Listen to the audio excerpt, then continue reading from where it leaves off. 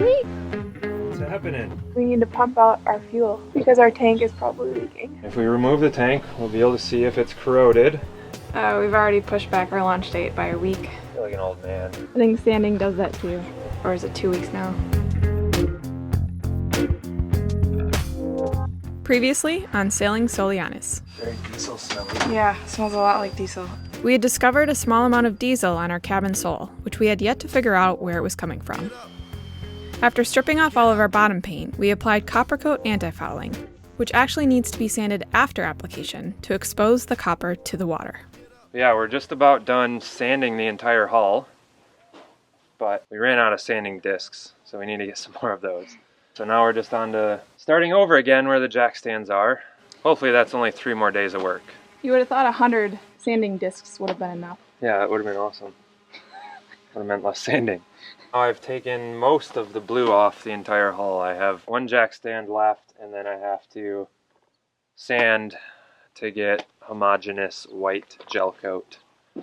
But that's not going to happen tonight because I am absolutely exhausted. I've been sanding all day in the sun. I haven't really... in that full... No, I only jeans put and- this on when I started the blue stuff Oh, okay. because it keeps me from being a smurf. Alright, I'm going to set up for this last one. I was going to use the paint stripper. Hi, Cleet. Come here, buddy. Come on. Oh, he's so camera shy. Look at him. Hey. Hey. Hey.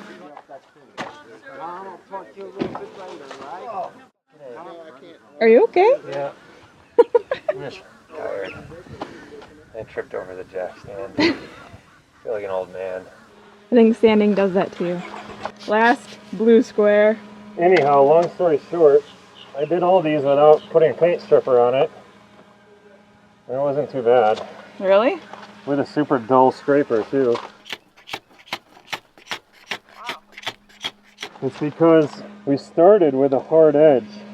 Oh, yeah. And so if you can get underneath the hard edge, it just falls off.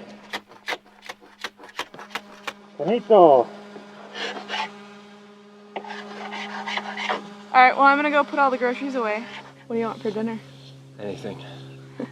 As long as I'm making it right. Yeah.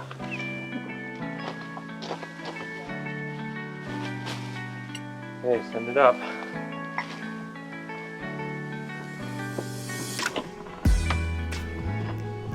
What's happening? Our freaking refrigerator is so large. I gotta get my entire torso in it to clean the bottom. Oh. Sorry. It was due for a little bit of cleaning. Because a lot of our vegetables just kind of, they'll break off and fall to the bottom. So much room. Gotta fill all that space with something. Good thing I bought all those kombuchas. Bunch of booches!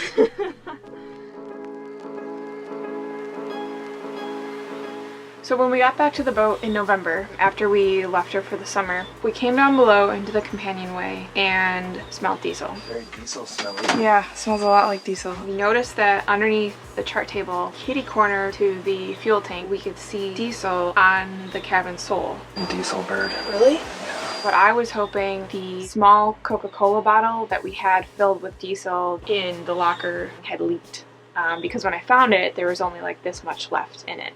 We had so many other things that we needed to do, like stuffing the mast, painting the hull. Needless to say, it wasn't on the priority list. After doing a bunch of research about it just in the last couple days and finding out it actually was underneath the drawers that are in the chart table, we knew there was a bigger issue. And so after looking on the tartan forums, we found out that a lot of people have problems with their diesel tanks leaking. Specifically the bottom corner of the fuel tank, which is the lowest point of the tank where water can accumulate, which can cause erosion and then cause a leak. We fished our tiny USB camera down between the tank and its compartment to get a look at the exterior of the tank, but we couldn't see any major areas of corrosion. It wasn't entirely clear that the tank was leaking from the bottom corner, so it seemed possible it could be coming from somewhere else. So, we've already pushed back our launch date by a week. Or is it 2 weeks now? Yeah, 2 weeks. It's probably not gonna happen. What do you got down there? We've got diesel jerry cans because we need to pump out our fuel. I picked up some hose. You've got a little priming bulb here. We're going to stuff it down into our fuel filler, and hopefully we're going to start to siphon some stuff out to see if we can minimize the leaking until we're able to get this tank out of here. Alright, are you ready?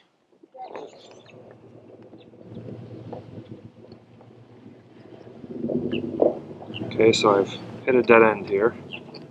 Maybe there's a screen? Are we already foiled? So we have to go inside the boat? That didn't work. No. It did not work. We think we might have hit either a 90-degree bend or a screen, but we don't know if we have a screen. So we're bringing the hose in and trying to put it through the fuel sender. And we're hoping when we open it that fuel isn't going to come rushing out. Because before we had left the boat, we had filled the tank all the way up to the level of the deck. But if it's been leaking this whole time, I think the odds are pretty low that that's going to happen. So you have taken it off before and you have looked inside? Yes. I mean, I didn't look. It was when I pumped all the fuel out. When? After I got water in the tank.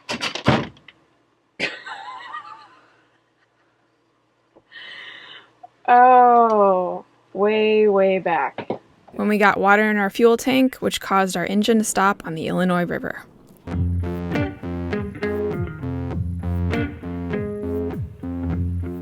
Now we got to hoping that maybe it was just our fuel sender that had been leaking. It's weird, it smells like oily popcorn in here. Apparently that's what warm wood and diesel smells like. Here's the interesting thing. What's that? Like looking at this wood under here, Yeah. this is all dry wood, and then right here, on this panel, Right. it's wet. And it gets wet all the way till basically right where this is, Really? and then it's dry again. Well, what does the seal look like on the sender? Will it cracked at all? No, it was fine. Just if it was dirty, Yeah. and there was any bit of pressure on it, it could have been coming out a little bit. I don't know. I feel like at this point, we're committed to taking this freaking thing off. I don't know. I really don't want to. We were reluctant to remove the top of the fuel compartment because this piece was tabbed into the side of the hull, solidly glued underneath the chart table, and all the screws were neatly hidden with plugs. Darn Tartan and their craftsmanship. Regardless, if we pull the top off, then we can make the decision of whether or not we remove the tank. And if we remove the tank, we'll be able to see if it's corroded and whether or not we need a new tank or if we just need to patch the tank. Worst case scenario is we go through the effort of cutting this top off and we don't need to yet change the tank, but it's a really old tank. If it is just the top leaking, well, maybe we need to replace the tank soon anyhow, so then we've already cut this thing off and made a removable top that we can inspect easier next time. But chances are it is probably leaking, and so we just need to do it. Alright, I'm going in. Did we keep that clothing rod? Because I feel like we need it again. To be able to push this all the way down to the bottom of the tank. Oh. Wait, Lauren, what was that exasperation I sensed in your voice? Was it that we had to move every thing in the boat before we could do one thing to do this next project? Hey, love. Is that what it was? Am I over here throwing a temper tantrum? No, I heard a little whimper. Yeah. You express your frustrations different than I do. Yes, with a moderated sigh. Yeah.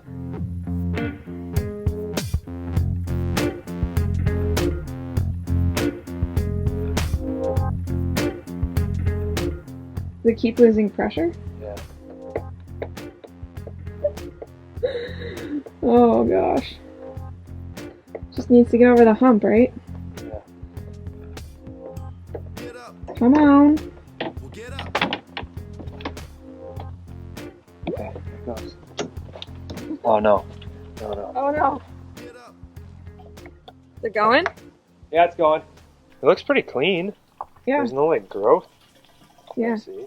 How long is this gonna take? This is gonna take a long time. So I wanted to get a big enough hose, but Yeah. too bad our van doesn't take diesel. I'm ready whenever you are.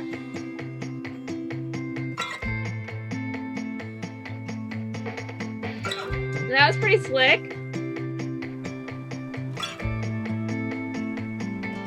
We read on the tartan forums from a fellow tartan owner who has done this job that he cut about 3 inches away from the hull. So I found something that was about 3 inches, used that to trace a line. Underneath the piece of wood that we leave, we want to build a little lip so that when we go and we put our quarter berth floor, I guess, back down, it has something to rest on. But we don't want to cut it too far out from the hull because we want to be able to get the fuel tank out. And we'd like to do a nice, long, smooth, single, clean cut so that we can use this as the cover that goes back in there and we don't have to cut a new piece of wood. I'm now going to go through and drill out all the little screw holes they put plugs into, which is interesting. It probably didn't need plugs, but that's how tartan does stuff. And I'm not going to save them, or else I would put a little tiny screw into it, get my vice grips and pull each plug and pop them out so I could put them back in, but we don't need plugs there. So I'm just going to drill the tops off.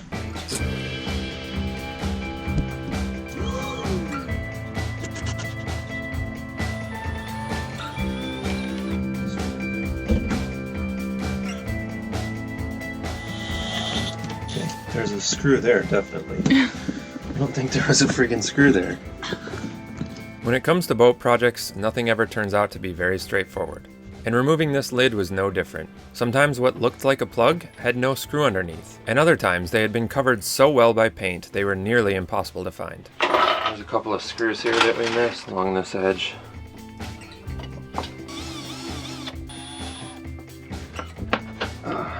Hammer.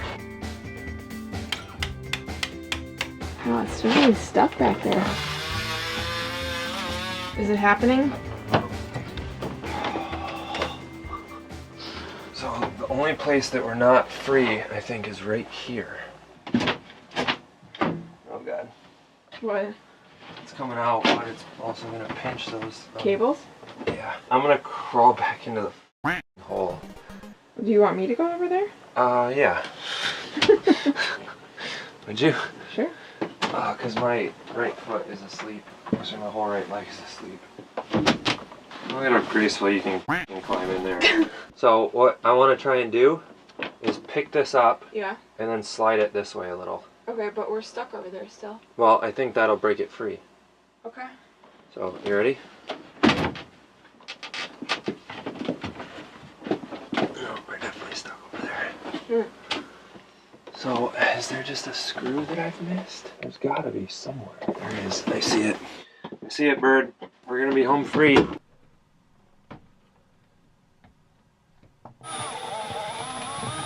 Found you, you f***er. Let's do it. This is the one. Whoa. You did it. We did it. Dang, that's our fuel tank.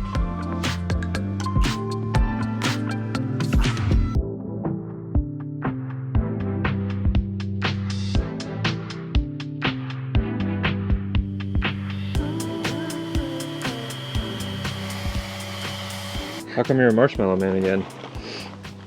Because we gotta sand down our, so what are these things called? Jack stand patches? Our jack stand patches. This is 1 of 7. And it took me 5 minutes to do this, so 10 minutes each one? Yeah. Maybe we'll have sanding done. Oh, no. We're not gonna be done with sanding. No. We're still gonna have to sand the copper after we get that done. Yes. Burning the midnight oil. At 7 p.m. At 7 p.m.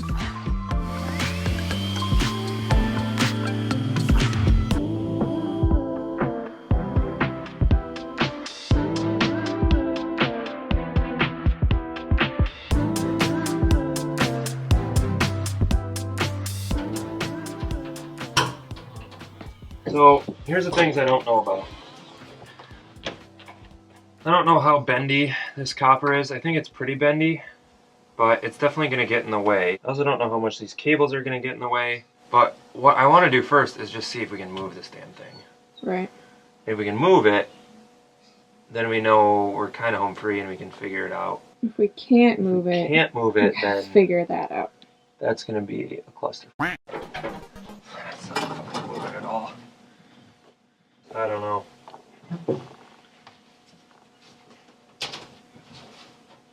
Oh!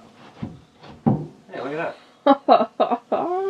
Okay, that's a start. I need you to grab down there. Okay. And I'm going to lift a little and we're going to slide back and see what happens. So like here, right? Well, if you can do that, sure. Yeah. Okay, go ahead. Is it moving? Let me get my foot up. Chart table. Okay. Oh yeah, okay, sweet. Yay! Awesome. You see that right down there? Yes. That's a screw that has a ground wire connected to it that I couldn't get off, but I think I might be able to reach it now. Right here? Yeah. Okay. So we need to take that off, and then we need to take this one off right here. For the next hour, we'd wiggle the tank an inch, readjust the cables and fuel lines, get stuck, realize we needed to trim more of the compartment, then wiggle again. Then someone's leg or foot would fall asleep and we'd have to change positions. Around and around we went. Sweet. You're hitting this. Can you slide it forward? Yeah. Then you can tilt up more, then we can slide back a little. We had dozens of exchanges like this, discussing the hypotheticals of moving the tank one way or the other, lifting one side or sliding it back. Every once in a while, we were greeted with little victories as the tank inched closer to being free. Okay.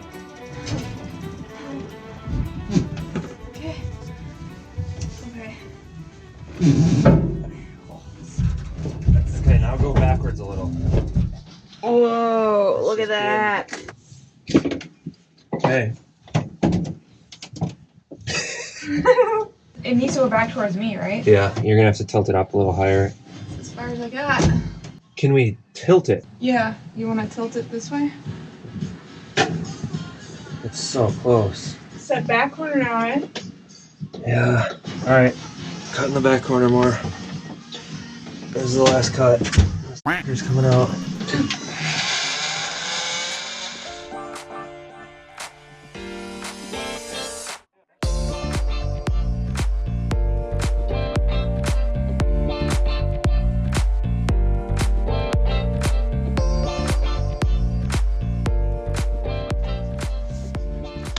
Okay, how's this gonna work?